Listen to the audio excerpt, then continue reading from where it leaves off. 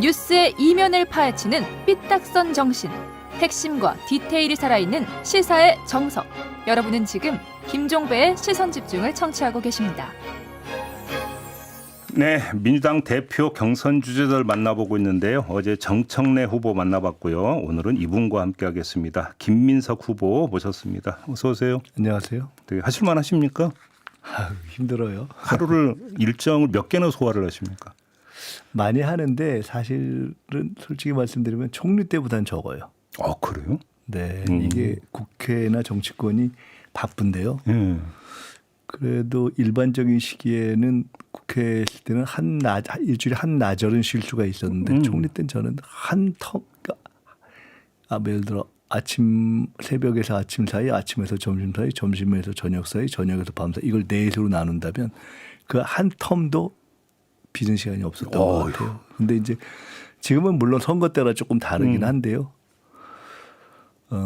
바빠서 힘든 것보다는 모드가 바뀌니까 입국 딱 모드에서 예, 그렇죠, 하고 그렇죠, 싶은 말 그렇죠. 좀 하는 예. 모드로 바뀌니까 한편으로는 좋고 한편으로는 좀 힘들고. 아무튼 그럼 뭐 체력 관리는 걱정 안 해도 되겠네요. 그러면.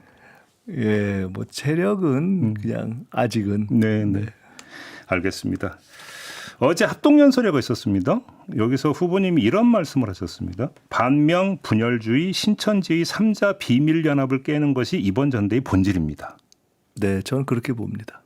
근데 일단 신천지 얘기를 왜 하셨어요?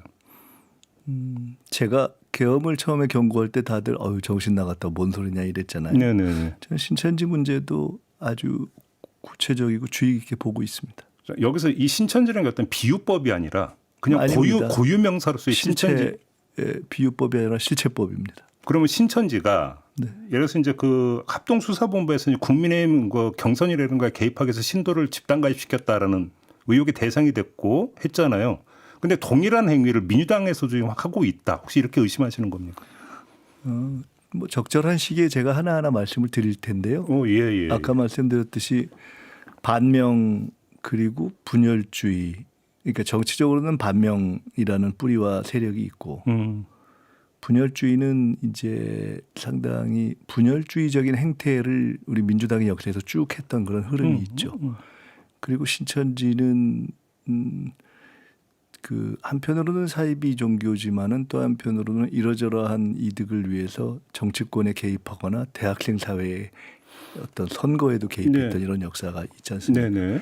근데 이 3자가 명시적, 묵시적, 암묵적으로 사실상의 연합으로 형성돼서 핵심 배후가 되고 있는 상황이 있어서 그래요? 저는 그렇게 보고 있습니다. 그러니까 이제 그게 하나로 묶였다기보다는 각각이 움직이는데 결국은 현재 민주당의 정상적인 진로에 걸림돌이 되고 있다고 보고 있습니다. 적정한 시기에 시기마다 제가 말씀. 그럼 근거를 갖고 지금 하시는 말씀입니까? 예, 그렇습니다. 그래요. 그럼 공개를 하겠다. 적절한 하나하나 시기에. 제가 지금 이제 경고를 이미 시작한 거죠. 그래요. 그래서 저도 결론부터 말씀드리면 신천지와 관련해서 민주당의 전대에 개입하려는 분들은 지휘부든 중간이든 바닥의 일선에 관련된 그냥 일반 당원의 형태로 계신 분들이든 한 걸음도 안 움직이는 것이 좋다. 저는 이렇게 생각합니다. 그래요. 이건 그러면 수사를 해야 되는 사안이잖아요. 이건. 네, 뭐 하여간 그것은 제가 적절한 시기에. 알겠습니다. 예. 반명을 언급을 하셨잖아요. 그런데 정청래 후보가 오늘 아침에 이런 글을 올렸다고 합니다. 반명을 입에 올리는 자가 반명이고 분열을 입에 올리는 자가 분열 갈라치기다. 뭐 그렇게 말씀하시는 건 자유입니다. 예, 그래요. 반명을 언급했던 데는 정청래 후보를 염두에 두고 하신 말씀으로 이해를 해도 되겠습니까? 명청대전을 언급하는 자가 반명이고 분열이다. 그렇게 재번역을 할 수 있는 글이잖아요. 조금 전에 말씀하셨다는 것은. 그러면 그거를 언급한 모든 보수 진보 언론은 다 반명이고 분열이겠죠. 근데 뭐 그렇게 주장한다고 해서 객관이 사라지는 건 아니지 않습니까? 그래요. 예. 저는 반명적 흐름, 분열주의 객관적으로 존재한다고 봅니다. 그런데 한번 여기서 그럼 근본적인 궁금증. 왜 지금 이 시점에 정권 아직도 초반인데 반명 행보를 걸을 이유가 뭐가 있는 건데? 그게 저희 모두의 가장 큰 의문입니다. 사실은 집권 1년 차에 전당대회가 이렇게 거칠어질 이유도 없고 근데 더 근본적으로는 집권 1년간 명청대전이라는 얘기가 나올 필요가 없는 것이죠. 거기에 지난 지도부의 문제가 있는 것이고 그래서 지도부를 바꿔야 되는 거죠. 결국은 당권 문제라고 보십니까? 그리고 더 나아가서는 당권을 누가 잡느냐에 따라 차기 대선과 이게 연결이 된다. 혹시 이런 식으로 접근하고 있다고 차기 평가하시는 대선 걸까요? 얘기를 좋아하는 분들이 있는데요. 예. 그러니까 얘기만 나오면 자꾸 무슨 차기 대선, 심지어 어떤 분들은 대선 얘기를 하고 어떤 분들은 대선 불출마를 얘기하는 황당한 사실은 예. 너무 황당하지 않습니까? 지금 집권 1년 차. 국정의 성공과 총선 준비 이것이 지금 모든 예. 숙제죠.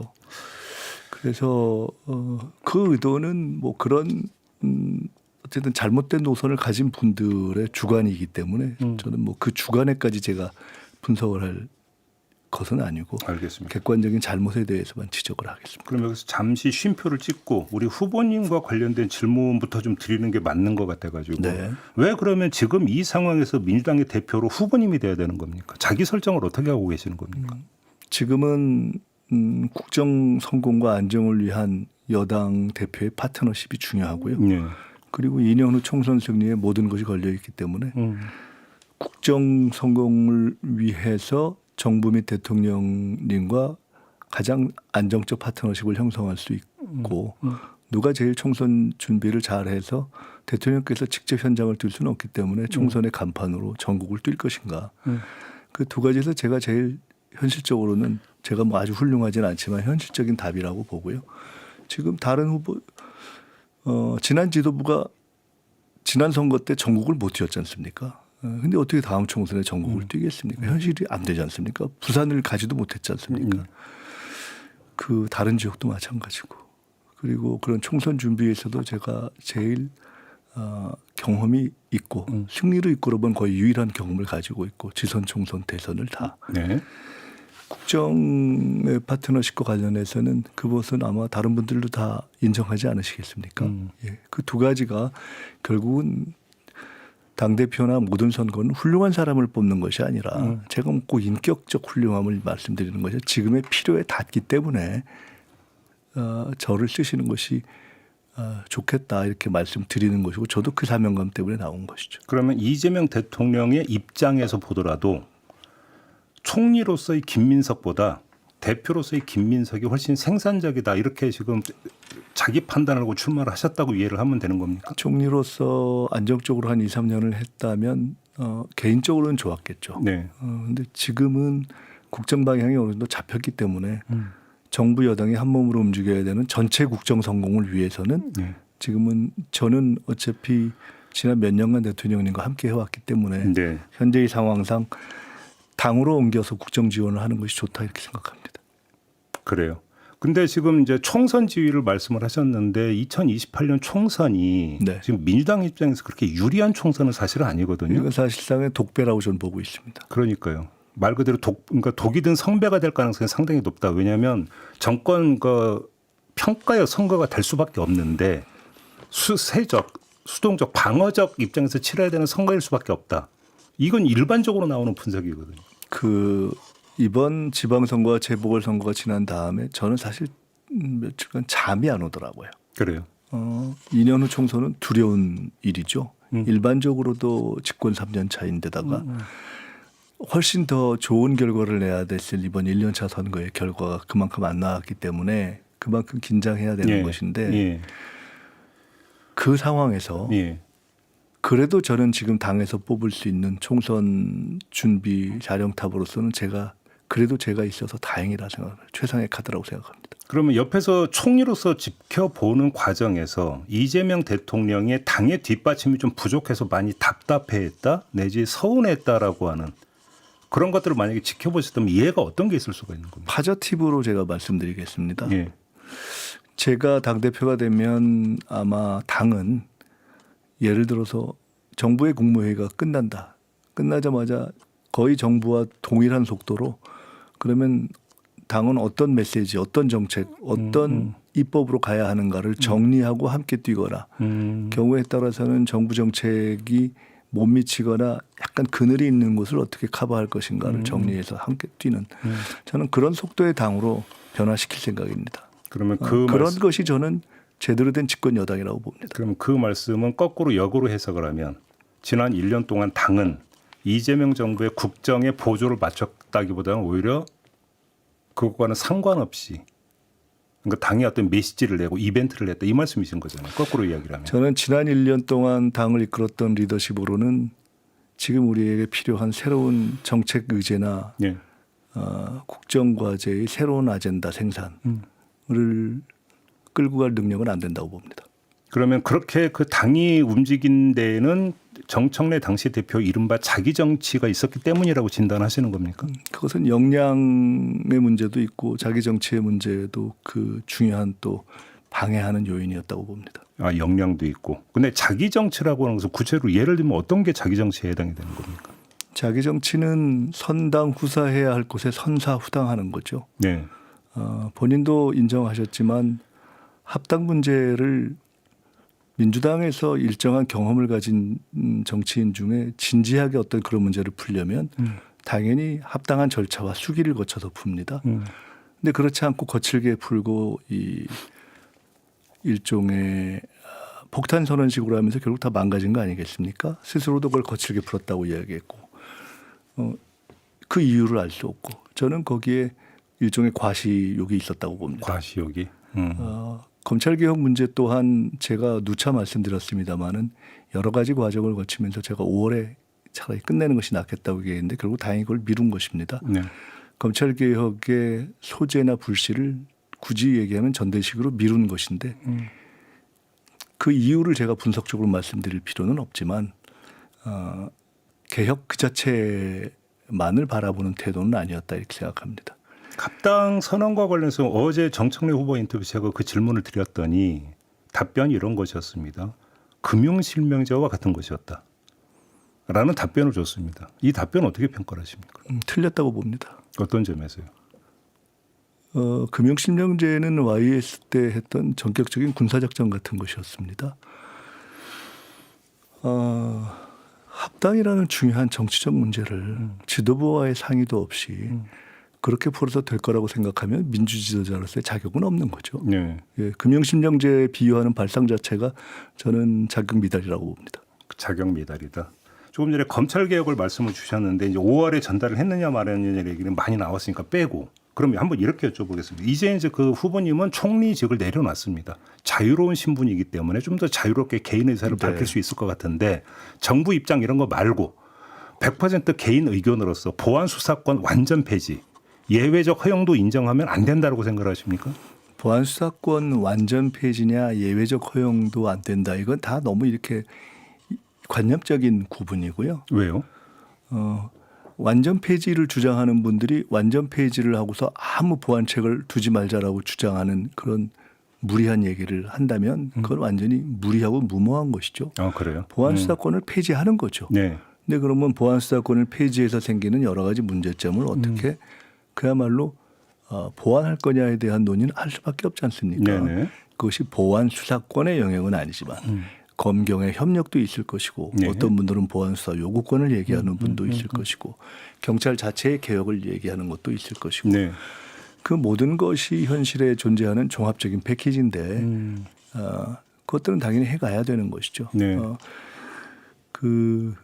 그래서 저는 여러 가지 그리고 대통령님께서는 보안수사권 폐지를 했을 때 갖는 국민적 우려라든가 현실적 우려를 검토하고 수기하라. 네. 다만 답은 어떻게 나와도 좋다. 네. 대략 이거 아니었습니까? 그 사실 처음부터 지금까지 틀린 바가 없습니다. 그것에 대해서 어떤 분들이 인위적으로 네. 당신 검찰개혁 안 하려고 하지 않은 거짓 프레임을 걸어서 자기 정치를 하는 것일 뿐이죠.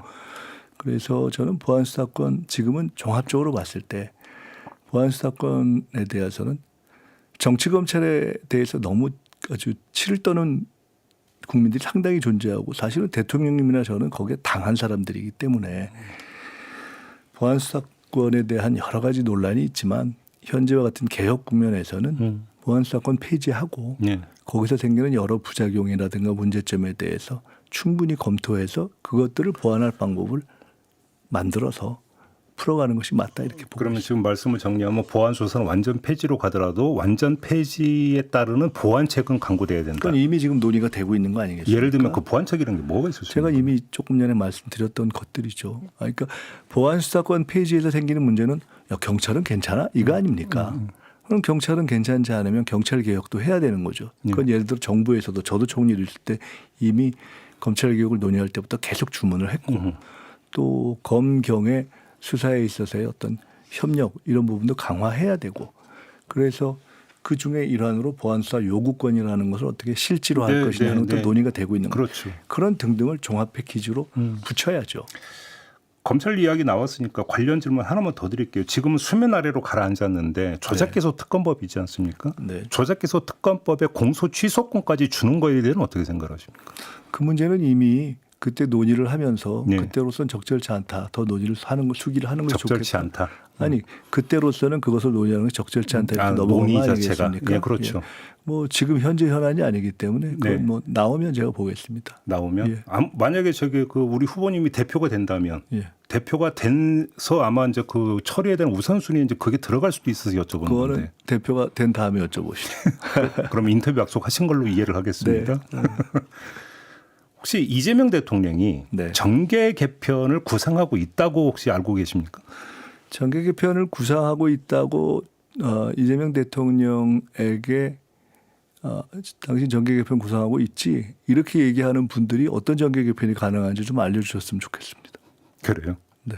불가능하다는 인위적인 말씀. 정계 개편이 어떻게 가능합니까? 불가능하다고 보시는 거고요. 아니 인위적인 정계 개편이라는 게 도대체 뭘 하자는 건지 어떤 걸 대통령이 구상하고 있다는 것인지 그런 분들이 한번 말씀을 해봐 주셨으면 좋겠습니다. 그래요. 그게 이제 국민의힘 일부를 끌어들이는 정계 개편 이런 거라면 그러면서 이제 그 보수 인사 기용을 이야기를 하지 않습니까? 그거는 그 결이 다른 거라고 보십니까? 이미 대선 때부터 공개적으로 내놓고 중도 보수까지도 우리가 함께 하겠다는 얘기는 이미 했고 계속해서 기용 노력을 해왔지 않습니까? 네.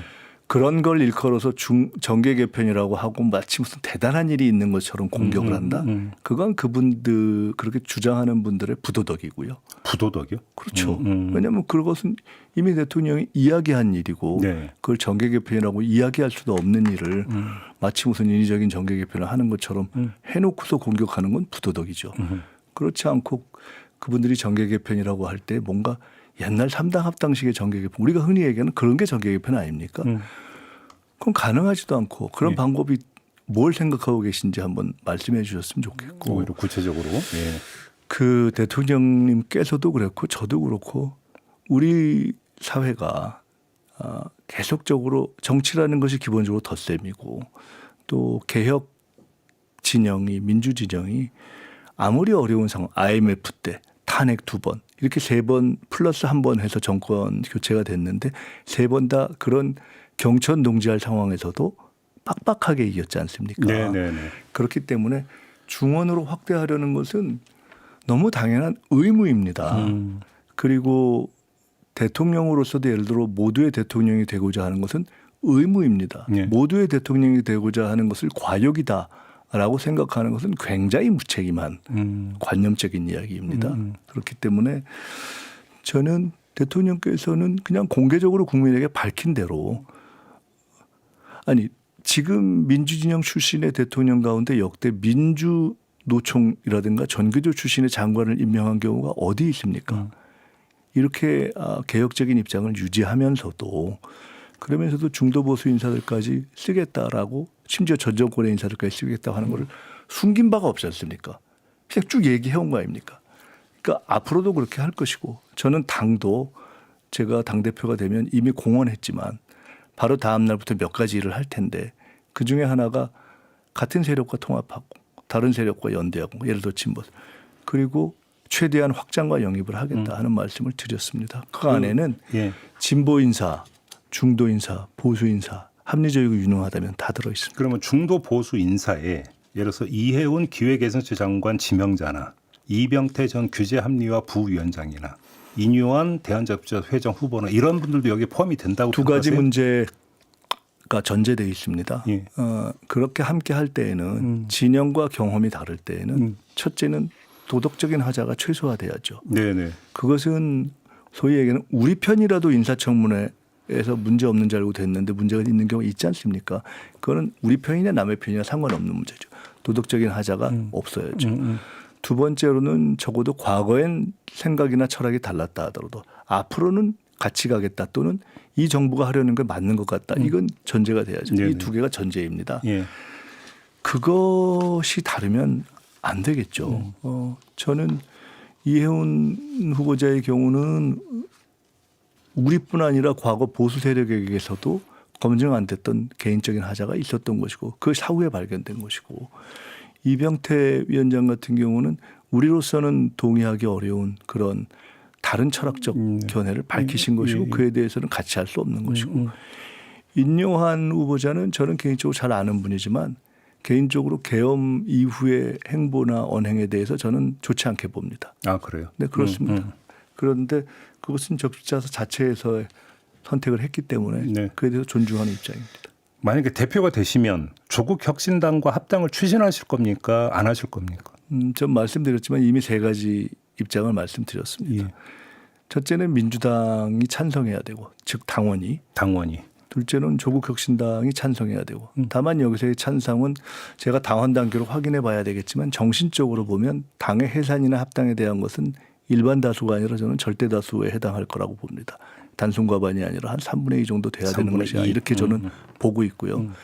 그에는 상당한 수기가 있어야 되고 그리고 형식적으로는 제가 이 문제를 조국 혁신당에서 제가 이 용어를 쓰는 거에 대해서 기분이 안 좋아하셔서 제가 안 쓰겠다고 했는데 법률상으로는 신설합당과 흡수합당이라는 것이 있는데 네. 신설합당은 다른 당명 다른 정당으로 되는 것이어서 그건 현실적으로 역사적으로 존재하지도 않았고 당의 규모라든가 종합적으로 볼 때 그건 불가능하지 않겠는가 저는 그렇게 보고 있습니다. 그런 세 가지 전제하에서 신설합당은 불가능하다. 세 가지 전제하에서 차근차근 논의할 수 있다고 봅니다. 시간이 다 됐는데 지금 필리버스터 진행 중이잖아요. 네. 여기에 대해서 이제 그 24시간제라면 종료 표결을 할 수가 있는 건데 그러기 위해서 조국 혁신당과 협조가 필요합니다. 근데 지금 조국 혁신당 쪽에서 어제 나온 이야기가 보안 수사권 완전 폐지 약속을 해야 표결에 협조할 수 있다라는 취지의 주장이 나왔습니다. 이건 어떻게 평가하세요? 주장은 있을 수 있고요. 예. 보안 수사권은 원래 조국 혁신당의 강령 정책에서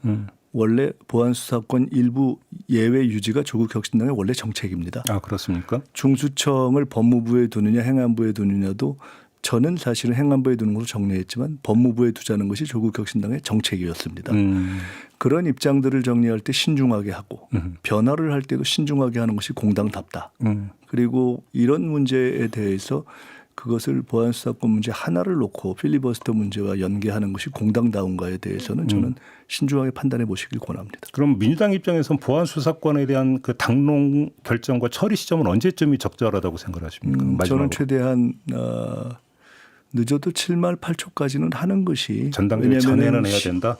저는 이미 5월 전에 끝내야 된다고 주장했던 사람이고 10월 초에는 중수청과 이제 공수청이 출발해야 되기 때문에 그 정도가 맞다고 보고요. 네. 아까 조국 혁신당 말씀하셨지만 이런 문제들은 그런 연계의 사안이 아니라 필리버스터는 필리버스터대로 또 보안수사권 문제는 보안수사권 문제대로 저희들이 당당하게 처리해 가면 된다고 봅니다. 알겠습니다. 오늘 말씀 여기까지 듣겠습니다. 고맙습니다. 고맙습니다. 네, 김민석 민주당 대표 후보였습니다.